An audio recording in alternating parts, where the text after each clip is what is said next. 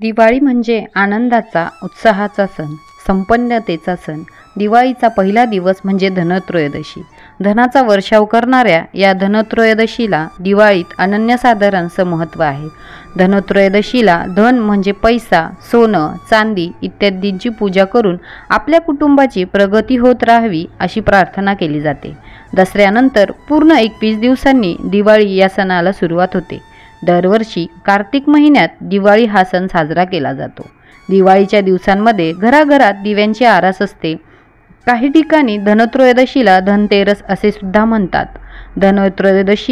दशीच्या दिवशी विशेष करून धनाची व आयुर्वेदिक औषधांची पूजा करतात.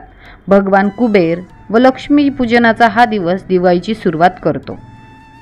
तर या दिवशी फक्त धनाचीच नव्हे तर उत्तम आरोग्याची सुद्धा पूजा केली जाते.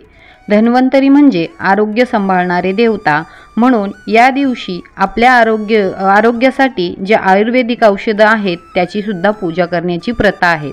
तर चला या पूजेसाठी काय काय साहित्य लागतं ते बघूया.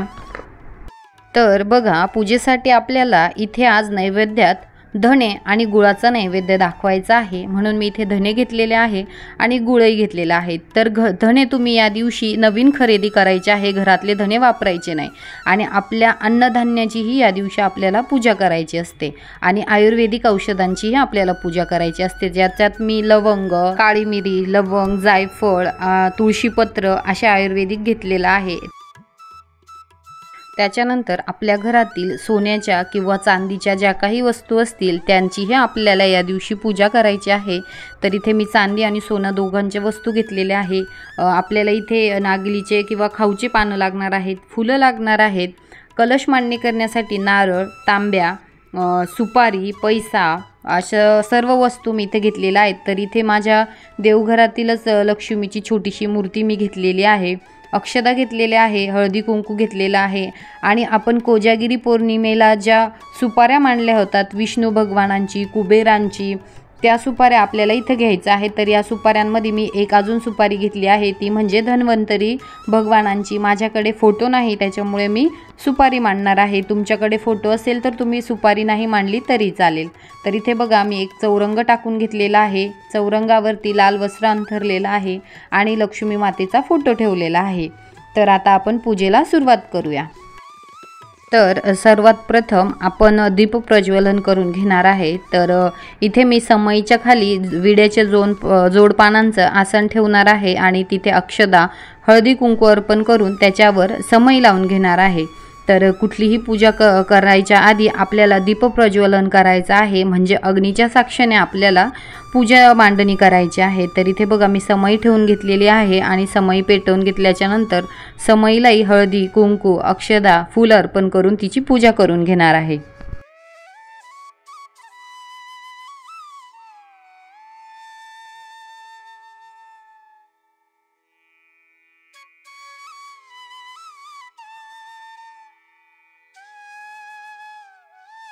त्याच्यानंतर आपल्याला देवीच्या फोटोच्या उजव्या बाजूला आपल्याला कलश स्थापना करायची आहे. तर कलश स्थापना करण्यासाठी इथे मी चौरंगावर थोडेसे तांदूळ ठेवून घेतलेले आहे आणि त्या तांदळावरती हळदी कुंकू अर्पण करून मी कलश मांडणी करणार आहे. तर इथे पाण्याने भरलेला तांब्या मी घेतलेला आहे. तर त्या तांब्यात मी आता हळदी कुंकू, अक्षदा, फूल अर्पण करून घेणार आहे. आणि इथे बघा, मी कुंकुवाने असे 5 नाव मोडून घेणार आहे कलशाला. तर कलशाच्या 5ही बाजूने आपल्याला हळदी कुंकवाची बोटे लावून घ्यायची आहे. त्यानंतर कलशामध्ये आपल्याला 1 रुपयाचं नाणं, सुपारी, हळदी कुंकू, फूल, दुर्वा असतील तर दुर्वा अर्पण करायचे आहे आणि विड्याची 5 पाने ठेवून आपल्याला त्याच्यावर नारळ ठेवून घ्यायचा आहे. तर आता तुमच्याकडे जर विड्याची पाने नसतील तर तुम्ही आंब्याचा डहाळा किंवा आंब्याचे पानं लावले तरीही चालेल.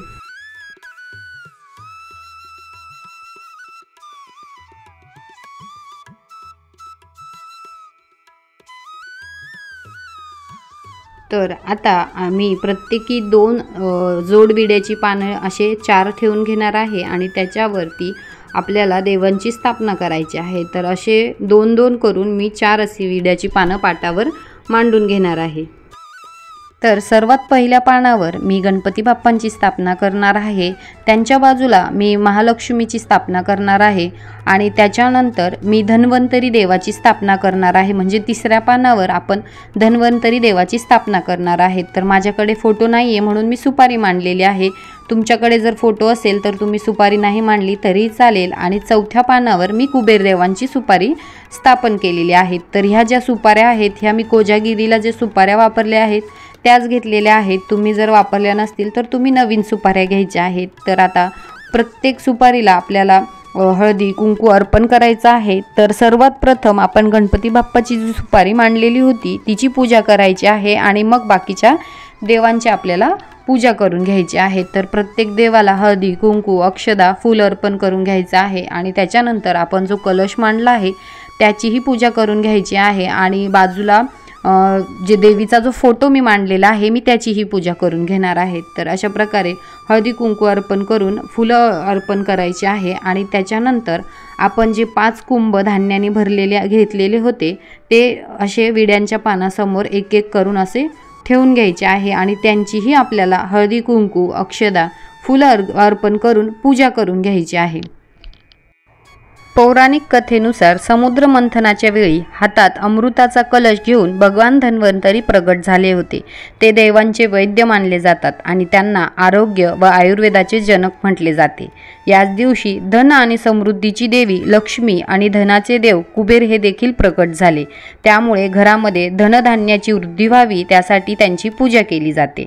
या दिवशी सोनं चांदी किंवा नवीन भांडे विशेषतः पितळेची किंवा तांब्याची खरेदी करणे अत्यंत शुभ मानले जाते। तर इथे मी सोनं चांदी पैसा यांचीही पूजा करून घेणार आहे। त्यानंतर पूजेत आयुर्वेदिक औषधं वेलची काळी मिरी लवंग हेही ठेवणार आहेत आणि तुळशीपत्रही मी त्याच्यावरती ठेवलेलं आहे। तर सर्व पूजा झाल्याच्या नंतर आज आपल्याला धन आणि गुळाचा नैवेद्य अर्पण करायचा आहे। तर मी इथे धन आणि गुळाचा नैवेद्य दाखवलेला आहे आणि त्याचबरोबर तुमच्याकडे तुम्ही जर नवीन काही खरेदी केलेलं असेल आज धनत्रयोदशीच्या दिवशी त्याचीही या पूजेत मांडणी करायची आहे आणि त्यांना हळदी कुंकू अक्षदा लावून त्यांचीही पूजा करायची आहे। तर अशा प्रकारे तुम्ही सुद्धा धनत्रयोदशीच्या दिवशी अशी पूजा मांडणी करू शकता। तर कसा वाटला तुम्हाला आजचा माझा हा व्हिडिओ? आवडला असेल तर व्हिडिओला लाईक शेअर आणि सबस्क्राईब करायला विसरू नका। भेटूया पुढच्या नवीन एका व्हिडिओमध्ये। तोपर्यंत श्री स्वामी समर्थ।